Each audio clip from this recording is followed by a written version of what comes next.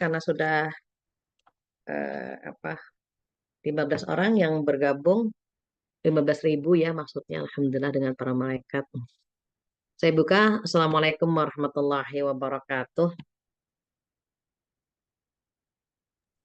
Waalaikumsalam warahmatullahi Bismillahirrahmanirrahim. Alhamdulillahirabbil alamin wa bihi nasta'inu ala umuri dunya waddin.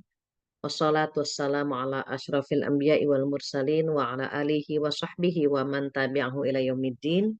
Alhamdulillah dan alhamdulillah pada siang hari ini Allah memberikan kita kenikmatan yang luar biasa, nikmat iman, nikmat Islam, nikmat kemudahan untuk hadir di sini. Mudah-mudahan teman-teman Rekin yang sudah join, Allah berikan keistiqomahan gitu ya, diberikan kesehatan, rezeki yang berkah. Mudah-mudahan selalu bersyukur dengan apapun yang kita gapai, karena saudara kita di Palestina kondisinya luar biasa memprihatinkan. Jadi ujian kita yang kita hadapi saat ini tidak ada apa-apanya dibandingkan mereka.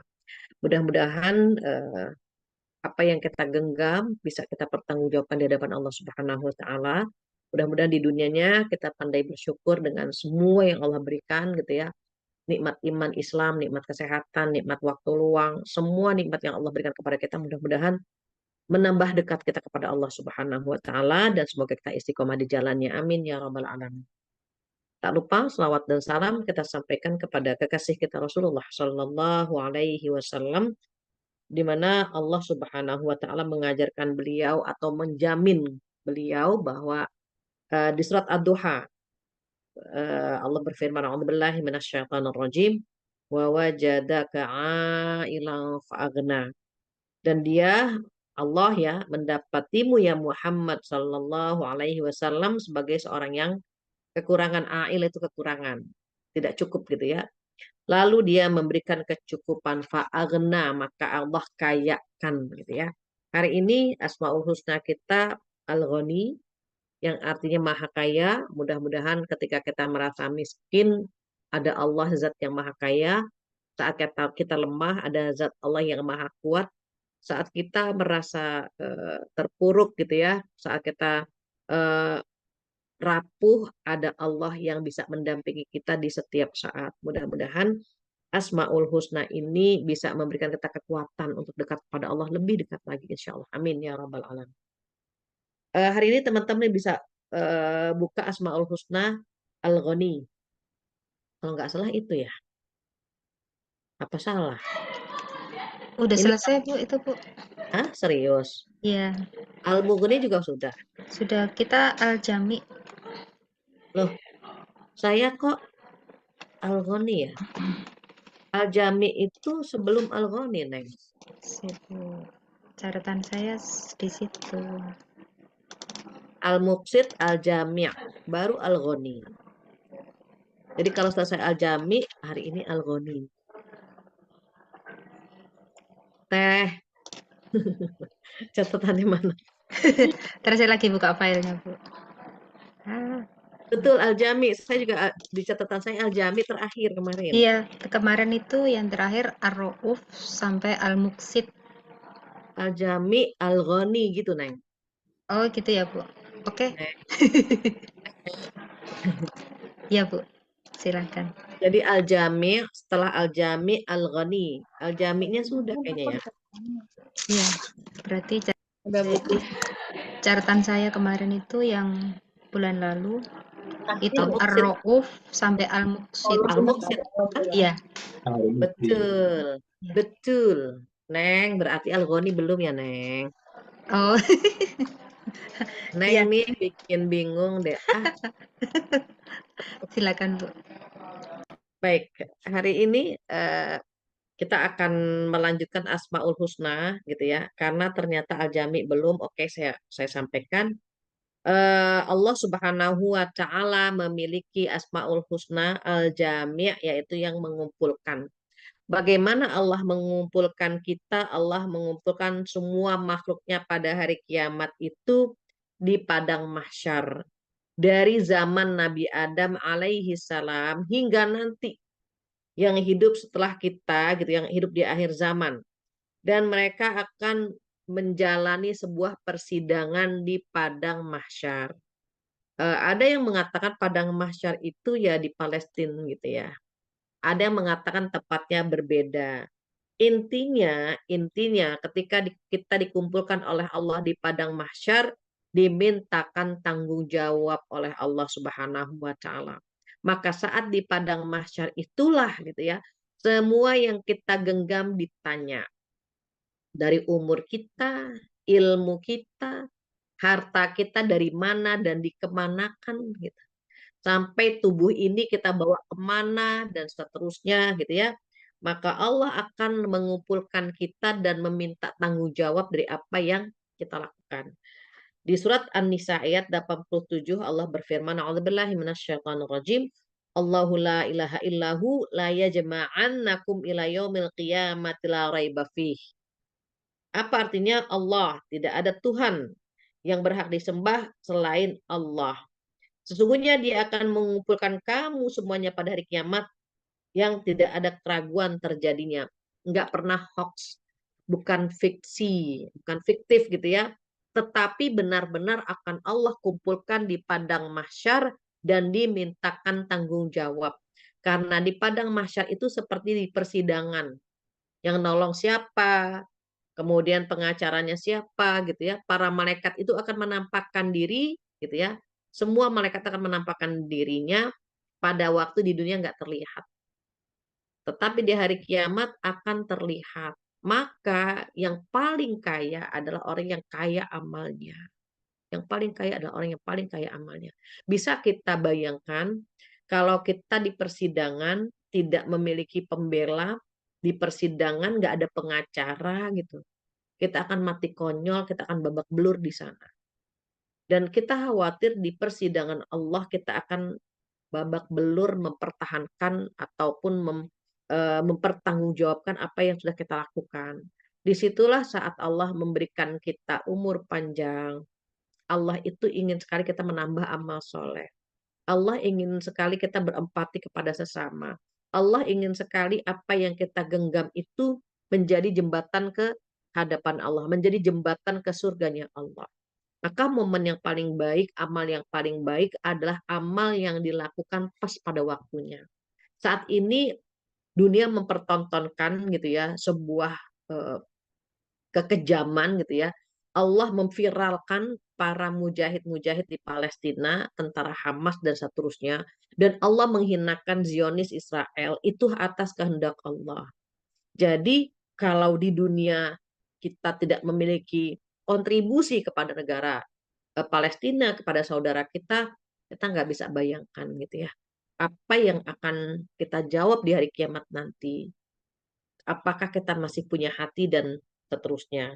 Begitu juga Allah akan mengumpulkan orang munafik dan orang kafir di neraka jahanam. Itu ada di surat An-Nisa ayat 140.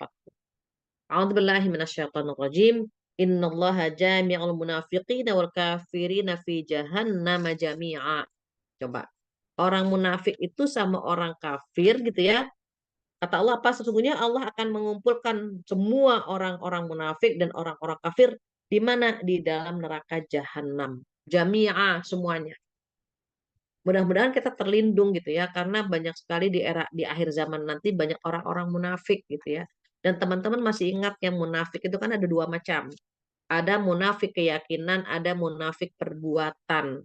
Munafik keyakinan adalah yang pura-pura Islam, pura-pura Muslim, tetapi hatinya menyembunyikan kekafiran. Dia nggak percaya sama Allah, nggak percaya dengan Rasulullah, nggak percaya dengan Al-Quran gitu ya. Tapi dia mengucapkan syahadat. Dia menyembunyikan kekafirannya gitu ya untuk selamat saja di dunia. Orang munafik itu kan adanya di Madinah. Mereka ingin pura-pura Muslim, even sebetulnya di balik di belakang Rasulullah Shallallahu Alaihi Wasallam mereka berkhianat gitu ya. Dan di akhir zaman kita akan menemukan orang-orang seperti ini, munafik keyakinan. Bedanya apa? Kalau di masa Rasulullah ada juru kunci, ada sekretaris gitu ya, ada intel gitu ya. Kalau juru kuncinya sekretarisnya itu Zaifah. Intelnya siapa? Intelnya malaikat Jibril. Nah, itu intelnya Rasulullah Shallallahu Alaihi Wasallam yang ngasih bocoran munafik siapa saja orang-orang munafik gitu ya. yang ingin membunuh Rasulullah siapa saja itu ada intelnya yang paling keren di dunia gitu ya, yaitu malaikat Jibril. Maka Rasulullah bisa memastikan A munafik, B munafik dan seterusnya. Sementara di akhir zaman setelah Rasulullah Shallallahu Alaihi Wasallam wafat, tidak ada wahyu. Jadi kita nggak bisa menghakimi orang tersebut munafik keyakinan dan seterusnya karena nggak ada wahyu gitu ya. Even kita mencurigai, kita mewaspadai gitu ya. Kalau mereka itu orang-orang munafik keyakinan. Kalau yang kedua apa? Munafik perbuatan. Jadi perbuatannya saja seperti orang munafik, tetapi hatinya masih mengucapkan syahadat. Nah, kalau munafik keyakinan tempatnya di neraka. Kalau munafik perbuatan berdosa gitu ya, berdosa tetapi tidak mengeluarkan pelakunya dari koridor Islam. Kalau munafik keyakinan keluar dari koridor Islam, dia bukan orang Islam gitu maksudnya. Tapi kalau munafik perbuatan masih Islam, hanya perbuatannya saja seperti perbuatan orang-orang munafik. Nah, di sini gitu ya, eh, kita lihat Rasulullah Shallallahu Alaihi Wasallam bersabda, barang siapa menjadikan dunia sebagai yang paling dipikirkannya, maka Allah Subhanahu Wa Taala akan memecah urusan jiwanya, meletakkan kefakiran selalu berada di depan matanya, dan dia hanya mendapatkan sebagian dunia yang memang telah Allah Subhanahu Wa Taala takdirkan untuknya. Kemudian barang siapa yang menjadikan akhirat sebagai sesuatu yang paling dipikirkannya, Allah Subhanahu wa taala akan mengumpulkan urusan jiwanya. Insyaallah. Meletakkan rasa kaya berada dalam hatinya dan dunia akan mengejarnya dalam keadaan hina. Jadi yang kita pikirkan dunia atau akhirat. Sementara urusan Palestina bukan urusan dunia ya, urusan akhirat. Jadi yang kita pikirkan akhirat, amal apa yang bisa kita bawa, terus dalam usia seperti ini apa yang perlu kita persiapkan, begitu seterusnya. Kalau di otak kita, di pikiran kita itu urusan akhirat, kata Allah, Allah akan mengumpulkan urusan jiwanya. Nggak galau lagi. Ya. Kemudian meletakkan rasa kaya berada dalam hatinya. Qanaah saja. Serba merasa cukup, cukup, cukup gitu. Kemudian apa? Dunia akan mengejarnya dalam keadaan hina. Dunia yang akan ngejar. Kalau saat ini kita ngejar dunia gitu ya, karena otak kita memikirkan dunia. Tapi kalau kita memikirkan akhirat, dunia yang ngejar-ngejar kita gitu ya. Itu al-jami', artinya Allah mengumpulkan kita pada pada hari kiamat. Setelah al-jami' al-ghani. Nah, ini yang Mbak Dewi alhamdulillah udah mendapati materi ini ya al-ghani gitu ya. Bercanda, Mbak. Apa al-ghani? Al-ghani artinya Allah Subhanahu wa taala cukup dengan zatnya sehingga tidak butuh kepada yang lain. Kita kalau hati kita merasa kaya, coba deh. Kita misalnya merasa alhamdulillah Allah sudah mencukupkan, Allah sudah memenuhi semua kebutuhan kita, Allah sudah ya Allah alhamdulillah alhamdulillah. Oh, itu juga kita kaya banget. Nyambung ya dengan yang pembahasan al-jami' tadi gitu ya. Orang kalau udah merasa cukup sama Allah ya udah nggak butuh sosok yang lain karena zat Allah sudah mengcover semua kebutuhan dia.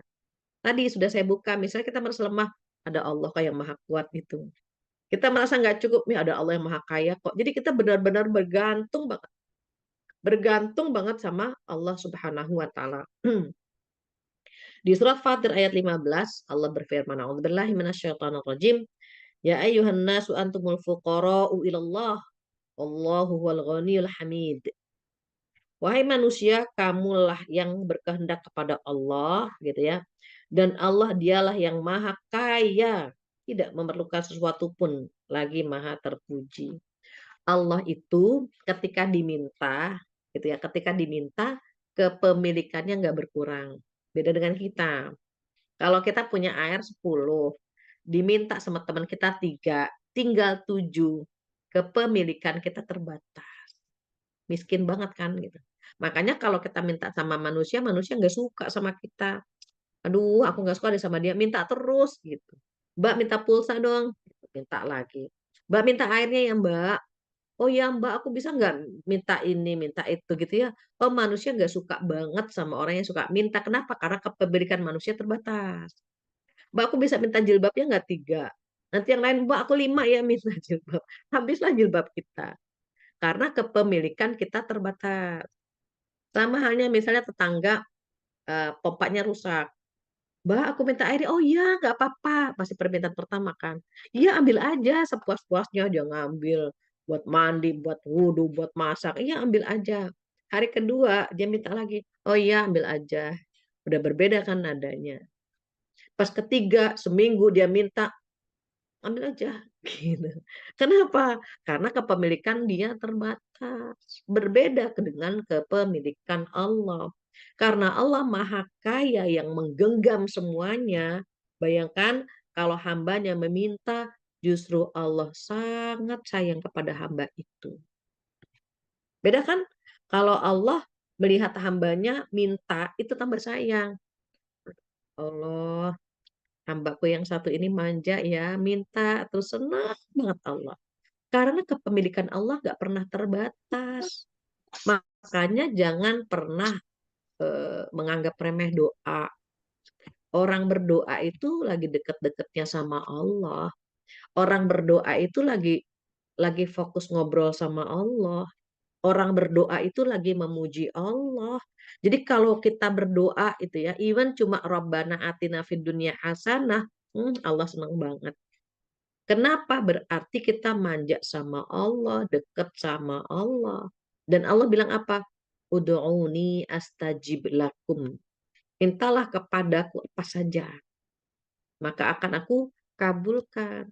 Jadi karena Allah Maha Kaya, kalau Allah sudah mengkayakan hati kita, Allah bikin hati kita kaya, itu Masya Allah ya, Alhamdulillah, kita nggak pernah naksir dengan kenikmatan orang lain. Kenapa? Karena apa yang kita genggam udah cukup gitu.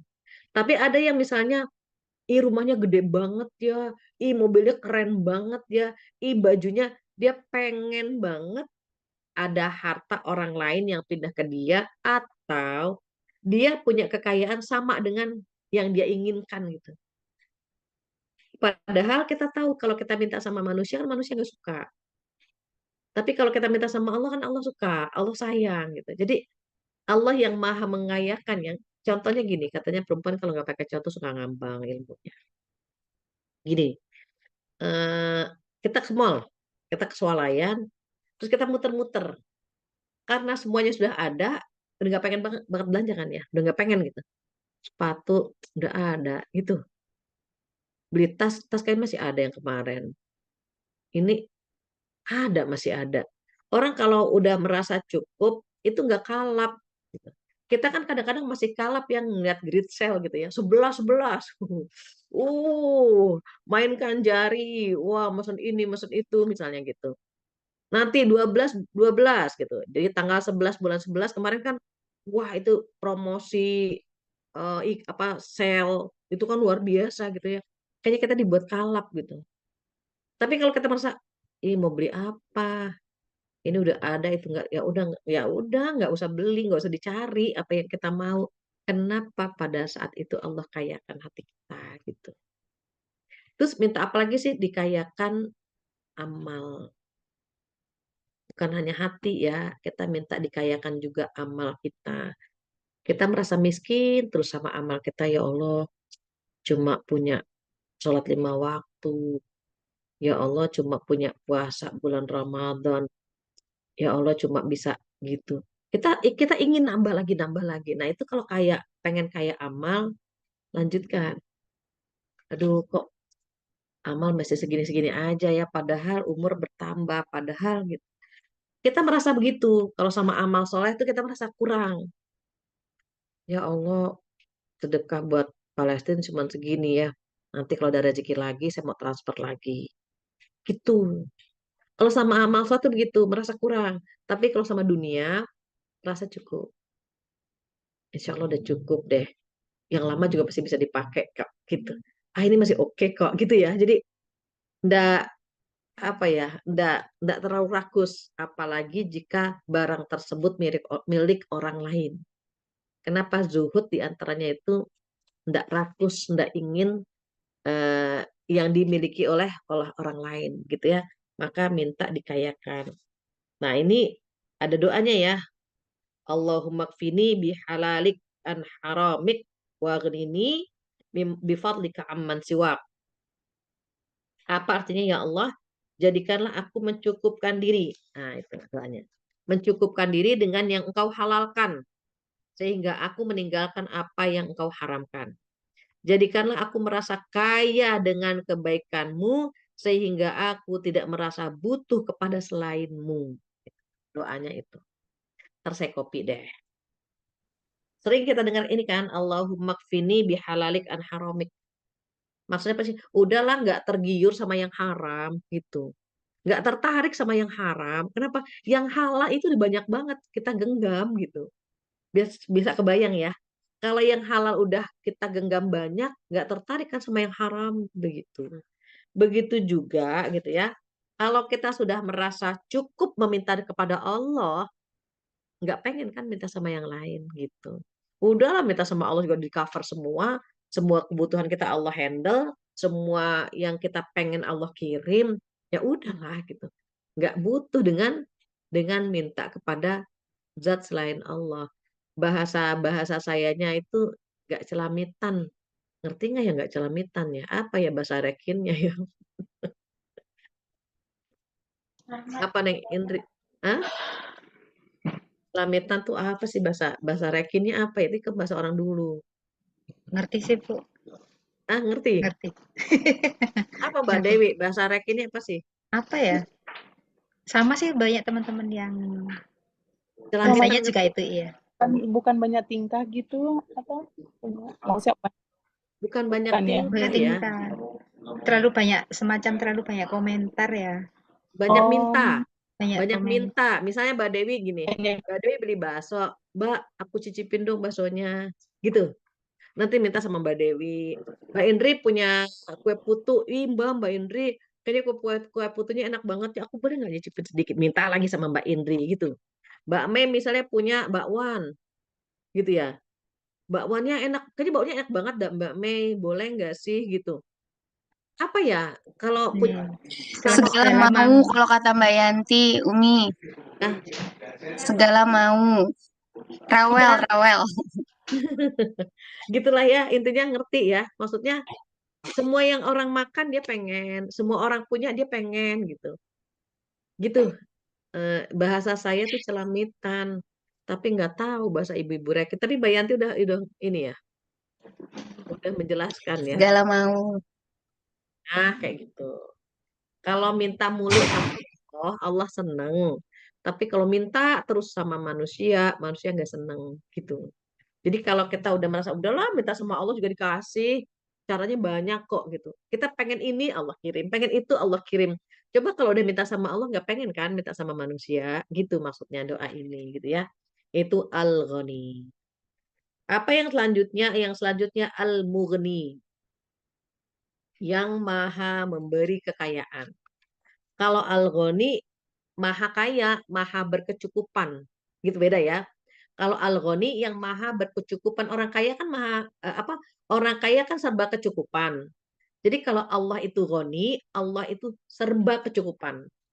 Sementara al-mughni yang gitu, maha yang memberi kekayaan, maha memberi kekayaan, maha memberi kecukupan gitu. Jadi Allah itu bukan hanya berkecukupan, tapi Allah juga memberi yang maha memberi kecukupan gitu. Maka kalau kita perhatikan gitu ya, eh, ketika Allah itu al-mughni gitu ya, maha memberi kekayaan kepada siapapun gitu ya, dan bagaimana caranya, itu kalau Allah mau mengayakan hambanya dengan kedipan mata selesai. Ini ada jamaah saya tuh perempuan ya tentunya, suaminya itu punya adik kakak, suaminya itu tinggal berdua aja, nggak ada orang tua, nggak ada siapa-siapa, tinggal berdua aja nih suaminya ini ya. Suaminya bungsu, nih abangnya laki-laki satu. Kodarullah, abang laki-lakinya ini tajir banget, bukan tajir banget, J-nya jir banget gitu ya. Punya punya banyak banyak set lah ya. Kemudian kodarullah juga dia nggak punya anak gitu, nggak punya istrinya udah meninggal lebih dulu kalau nggak salah gitu ya. Intinya dia sebatang kara cuma punya adik laki-lakinya.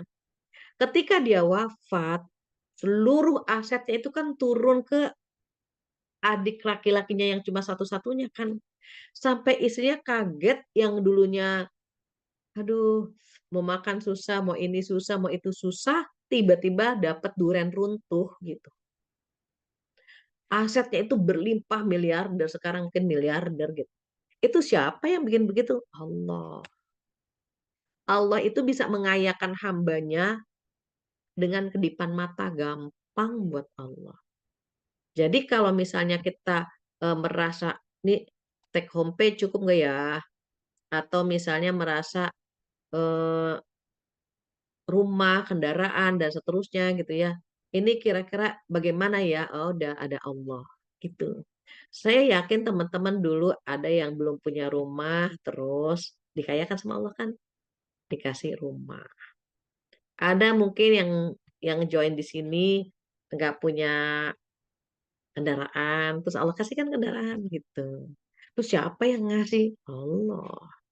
Makanya perlu memahami rezeki dari Allah Subhanahu wa taala. Rezeki itu, mohon maaf ya, tidak selamanya dalam bentuk materi. Badan sehat, bisa ketemu, bisa senyum, itu rezeki itu.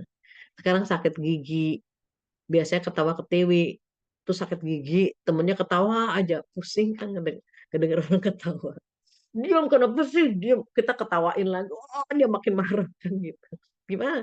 Ih, sakit gigi. Mana bisa ketawa? Ngeliat orang ketawa itu sebel empet banget. Itu orang ketawa mulu sih, nggak tahu apa orang lagi sakit gigi gitu. Nggak enak kan? Jadi, ya Allah, kita gigi sehat, badan sehat, bisa ketawa ketiwi pagi-pagi tuh rezeki. Tiba-tiba pagi-pagi ada yang nawarin sarapan bareng, rezeki. Anak, suami mau nganter kita, mau menservis kita, rezeki. Di kantor teman-teman sayang sama kita, rezeki. Jam istirahat tiba-tiba pengen ngaji, itu juga rezeki. Nggak semua orang pengen ngaji. Kalau tiba-tiba pengen ngaji sama Bu Fatia, jam istirahat jangan lupa ya setiap Rabu ngaji. Pengen banget ngaji, itu rezeki. Nggak semua orang dikasih sama Allah keinginan untuk ngaji. Tiba-tiba kita pengen ngaji, itu rezeki. Makanya rezeki dalam bentuk hidayah ini tidak semua orang diundang sama Allah. Banyak kok yang nggak mau. Banyak, makanya pengajian-pengajian itu banyak kemajuan ya, kemajuan yang absen. Dulu yang absen cuma 3, lama-lama 5, terus 7, terus 10. Yang absen banyak kan gitu ya. Ya karena memang peluang untuk menuju ke tempat itu tuh nggak semuanya Allah berikan. Jadi Al-Mughni itu yang memberikan kekayaan. Tadi ya ayatnya wawajadaka dhallan wawajadaka ailan fa'agna. Rasulullah itu yatim. Bahkan ketika beliau berumur 4 atau 6 tahun itu piatu. Yatim piatu gitu ya. Terus saat akan menikah kan beliau ditanyakan sama Nafisa, ya Muhammad Shallallahu Alaihi Wasallam, apakah kamu sudah siap menikah?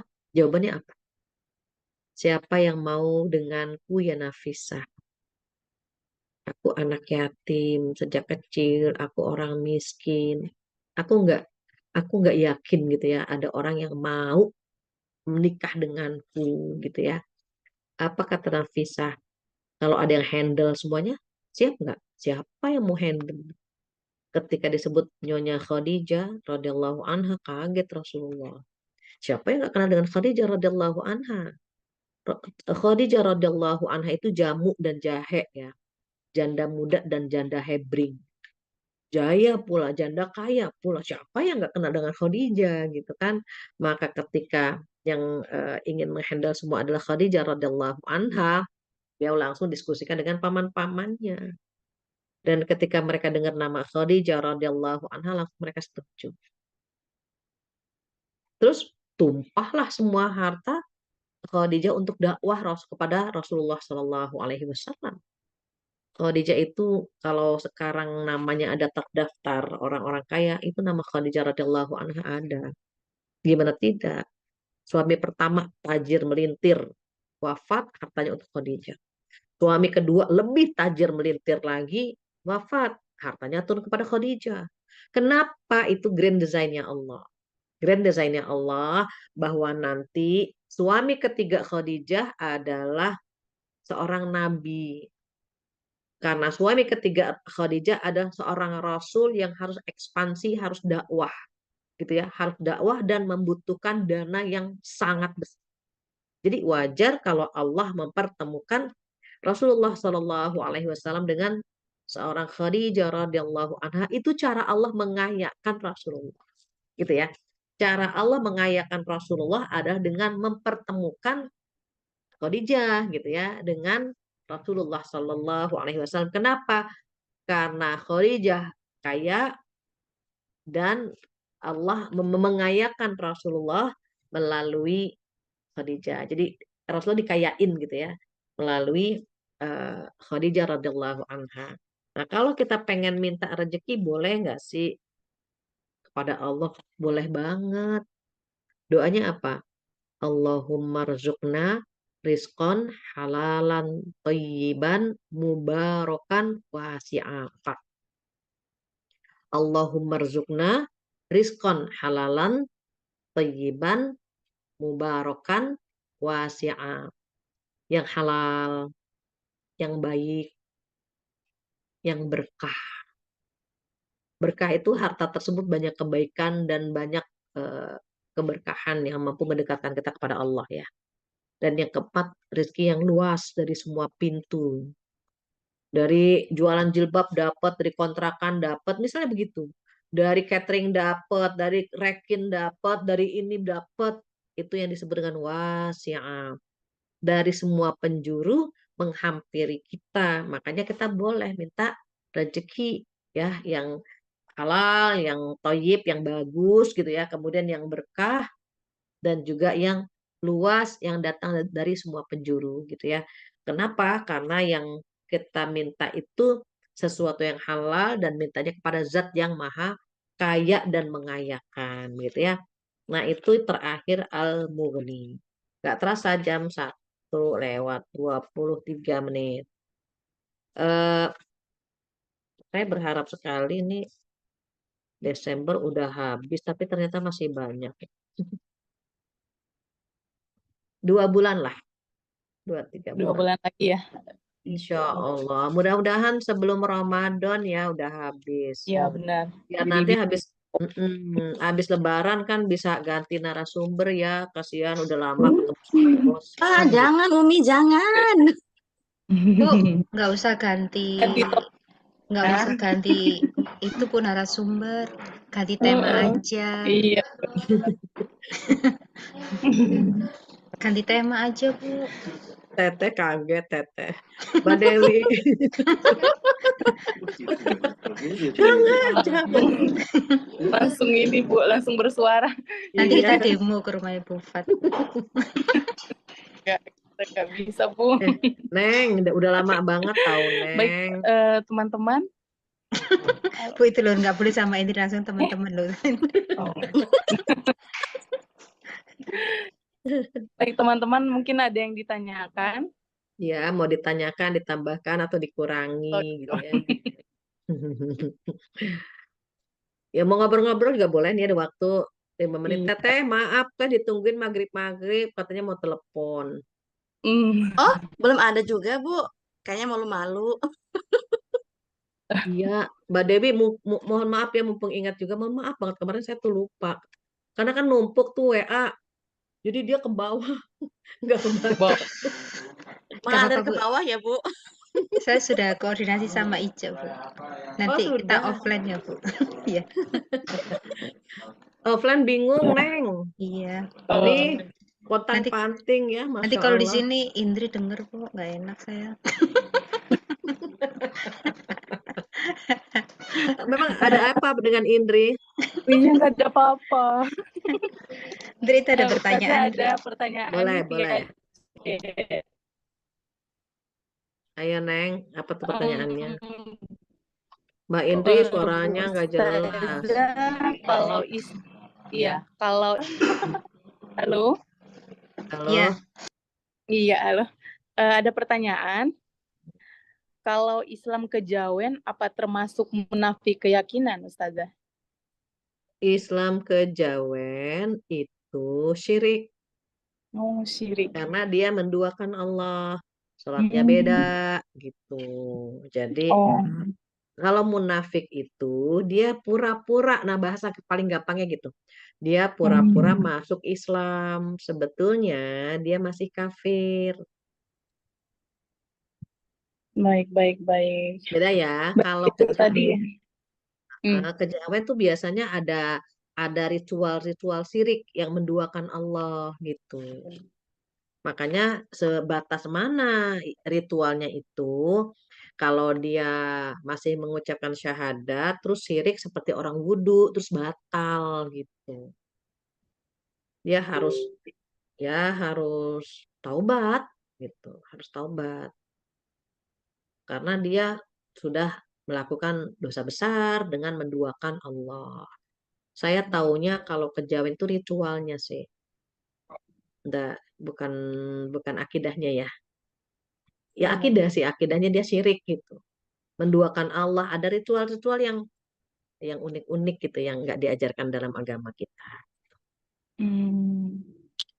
Beda ya, kalau munafik tuh gini, Neng.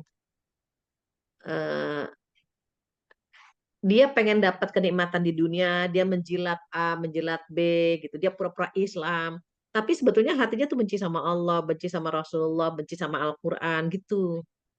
Dia nggak suka sama Islam, nggak suka gitu. Cuma biar dia dapat kenikmatan dunia, oke lah dia pura-pura, wah pura-pura deh, pokoknya pura-pura jadi orang Islam gitu. Itu munafik tuh begitu. Beda kan? Beda ya. Ya. Iya. Ada lagi? Itu Nanya tadi dong. ya jawabannya ya, Bu Siti. Iya, jawab dong. Mbak Dewi Mungkin kan mau mau nanya dong. sharing aja Ustaz. Iya. Satu aja. Ya. Oh iya, wis. Sok Mbak Dewi Indri. dulu ya. Oh ya. Oh, sweet Indri. Ih, sweet. Sweet itu kan manis. Iya. Ya Gimana udah, Oke, gimana? Mbak Dewi. Bufat, ini kan Silakan. sekarang kan eventnya lagi event Palestina kan Betul, gencar betul. banget ya Bu ya. Mm-mm. Tapi seiring waktu berjalan juga banyak juga dari golongan Syiah itu yang juga mau kayak apa ya, memanfaatkan momen Palestina ya Bu. Salah satunya itu kemarin lusa itu saya lihat di beberapa feednya di Instagram itu sering muncul lagu-lagu yang Syiah ya Bu. Salah Ya, satu ya, Salam Ya Mahdi ya. ya, Lagunya ya. bagus sih. Kalau kita pernah mendengar sekali pun kayaknya kita mau terikut gitu kan. Mm-mm. Syiah Kemudian itu lagu Syiah itu. iya. Nah, kemudian yang kedua lagi muncul juga banyak di broadcast WA itu jadi dari Sayyid Hasan Nasrullah ya, dedenggotnya Syiah itu memberitahukan harus baca ini, baca ini, baca ini karena kondisi Palestina begini, begini, begini. Nah, saya sempat ngobrol sama Bu Susiandi sama Bu Lutfia juga, bahwasanya itu memang itu Syiah. Nah, bagaimana cara kita menjelaskan bahwasanya yang disampaikan si Hasan itu harus baca ini, baca ini, baca ini itu sebetulnya dia itu hanya sedang memancing gitu kan, Bu. Nah, itu sikap kita bagaimana ya, Bu, bagusnya? Ya, ketika perang Palestina ini pecah, kan Iran punya andil ya, bantu gitu. Karena Iran punya andil gitu ya, ya kemanusiaan sih sebenarnya. Jadi dia merasa gitu, dia merasa kayaknya harus dipublish nih gitu, dipublish juga nih gitu. Nah, caranya kita harus memfilter, pertama memfilter ya kalimatnya, doanya dia tuh nggak jauh dari Hasan, Hussein, Ali gitu kan. Dan apalagi kalau misalnya kita udah tahu dedengkotnya Kang Jalal, Nasrullah gitu ya. Nah, itu udah tahu banget gitu. Itu perlu kita share juga orang-orang Syiah karena orang Syiah itu kan sesat. Jadi Syiah itu bukan ahlu sunnah wal jamaah. Sehingga teman-teman yang maaf ya, teman-teman yang loyal ya, yang terpengaruh gitu ya, ya perlu diinfokan. Nih orang Syiah siapa saja, Ustadz Syiah siapa saja, biar dia paham. Di-share aja Ustadz-Ustadz Syiah. Sekarang udah ada kok nama-namanya siapa-siapa aja gitu ya. Itu agar mereka nggak sikoh ke sana gitu. Itu kan wacana, itu kan info yang mereka harus tahu gitu ya. Yang kedua, Kalau kita dapat WA itu jangan di broadcast, jangan di forward kemanapun, biar terputus, cukup di kita saja. Kecuali kalau orang yang menyebarkan memang nggak tahu siapa dia. Teteh atau mbak atau mas atau abang, ini maaf, ini dari kelompok sebelah, misalnya gitu. Nggak perlu disebarkan ya, gitu. Karena ya kita sampaikan lah.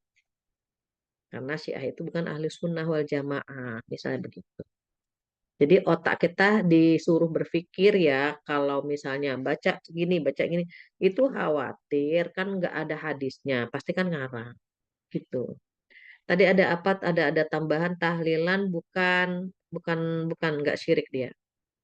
Tahlil artinya apa sih? Membaca la ilaha illallah. Karena bacanya la ilaha illallah, jadi disebutnya tahlilan gitu.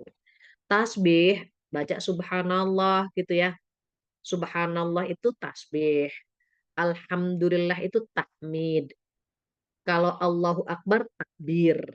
Kalau la ilaha illallah tahlil gitu.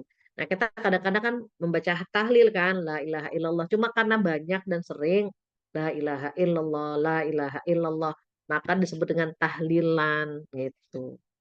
Jadi masih masih ya memang boleh kan baca la ilaha illallah satu kali, Allah mencatat 30 kebaikan dan menghapus 30 keburukan. Baca subhanallah satu kali, Allah mencatat 20 kebaikan dan menghapus 20 keburukan kayak gitu. Kalau nggak salah ya, eh, subhanallah walhamdulillah wala ilaha illallah wallahu akbar tuh masing-masing dicatat 20 kebaikan, sorry. Masing-masing dicatat 20 kebaikan dan dihapus 20 keburukan. Berarti membaca la ilaha illallah dicatat 20 kebaikan dan dihapus 20 keburukan. Yang nggak boleh nih, mohon maaf, harus segini. Kalau nggak ada hadisnya, nggak boleh. Kayak subhanallah 33 kan ada hadisnya. Gitu ya. Alhamdulillah 33, Allahu Akbar 33, kan ada hadisnya. Kalau ada hadisnya nggak apa-apa. Ini kalau nggak ada hadisnya, kemudian kita mewajibkan sekian, nah itu yang nggak boleh. Tapi kalau sebanyak-banyak, udah sebanyak-banyaknya aja gitu. Target kita misalnya 1000 gitu. Target kita misal 100, ya target pribadi ya, bukan bukan sesuatu yang mewajibkan kayaknya harus segitu jumlahnya gitu. Kecuali memang ada hadis Rasulullah Shallallahu Alaihi Wasallam seperti al-maksurat, ada kan baca ini 3 kali, baca itu 3 kali, ada hadisnya kan gitu. Nah itu makanya kenapa al-maksurat, al-maksurat itu kumpulan zikir yang maksur yang sampai kepada Rasulullah Shallallahu Alaihi Wasallam begitu. Jadi kita nggak perlu nyari-nyari lagi, sudah dikumpulkan di al-maksurat begitu. Wallahu a'lam. Baik, nggak terasa 1:30 lewat. Mudah-mudahan kita bisa ngobrol-ngobrol lagi bulan depan. Ini kalau ya, hmm, kalau waktunya cocok, insya Allah saya infokan. Mudah-mudahan saya masih di Jakarta karena Desember itu qadarullahnya ya Alhamdulillah saya lebih banyak keluar kota. Oh, Jadi Masya nanti Allah. Alhamdulillah mudah-mudahan Ya Allah. bisa Tapi kita tetap Zoom ketemu. kok, Bu. Insya Allah bisa kan, Bu, Jadwal ya? rekin masih tetap ya, Bu. Kita bisa. Bu, karena Zoom, jadi kan anywhere tuh. Ibu mau di Malang, mau di Bandung. Kita is okay, Bu. Keren 2 jempol deh buat rekin deh, apa juga alasannya dapet gitu ya. Ya Ya, Masya mudah-mudahan lah. Allah. Kalau Ibu perlu Amin. asisten, mungkin kami bisa menjadi asisten untuk membuatkan jadwal. Iya, Bu. Iya, iya, Ibu iya. hari ini jam segini di mana, posisi kemana. Iya, aduh, Insya Allah Masya kita Allah. siap, Bu. Ya Allah. Masya Insya Allah. Allah. Ini Oh ya, doanya Jadi teman-teman ya. volunteer. ya. Ibu, Ramadan jangan lupa ya, Bu, sama Rekin. Bu, Ramadan minta 1 hari. 1 hari Ramadan, Bu. aja. 1 kali aja, bukan 1 hari deh. 1 hari kebanyakan, Bu, 24 Iya, jam. nanti bukanya di sana dong kalau 1 hari, bukannya direkin. Insya Nanti Allah ya, minta mudah-mudahan iya. Iya, satu waktu ya, benar-benar. Bu. Boleh. Benar. Nanti kita setting ya waktunya ya. Mudah-mudahan Allah pertemukan dengan izinnya. Insyaallah. Insyaallah. Baik, ibu-ibu soleha, teman-teman yang baik hati, cerdas, dan rajin menabung. Amin. Saya rasa Kok saya cukup deg-degan ya, Ibu sekian. mau kemana ya? Baik. Nggak kemana-mana, cuma itu akhir bulan itu alhamdulillah banyak keluar kota itu aja. Jadi mudah-mudahan kalau memang Zoom kan bisa ya, yang teteh bilang Bisa, gitu. Bu, bisa. Everywhere. Bisa banget, Bu, bisa banget. Anywhere untuk Ibu. Anywhere, anytime, aduh, Masya Allah ya.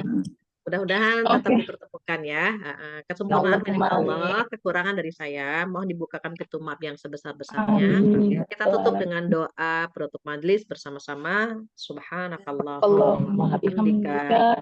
Asyhadu an la ilaha illa anta astaghfiruka wa atubu ilaik. Astagfirullahaladzim. Ya jazakillah Taufiq khairan. hidayah. Wassalamualaikum warahmatullahi wabarakatuh.